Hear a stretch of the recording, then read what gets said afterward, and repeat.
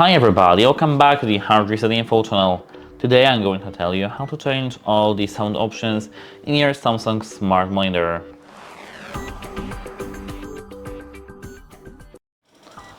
So, at first we need to scroll to the left, to the left where all our options are, and here we have to scroll down to the settings. Now we have to click all settings, and here in the all settings tab we have to go straight to the sound here. And the first option here we do have is sound output.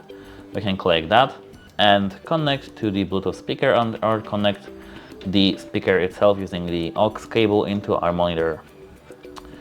So that's how to change the sound output. Apart from that, we have here sound mode. Let's enter the sound mode, and now here we do have the standard sound mode or Amplify. To set it, we have to just click it and yes. Here, apart from that, we have expert settings, and here, as you can see, we have balance, and within the balance we can set it for the left and right speaker in our speakers monitor. Here we do have Equalizer, but here, as you can see, we don't have now enabled the music.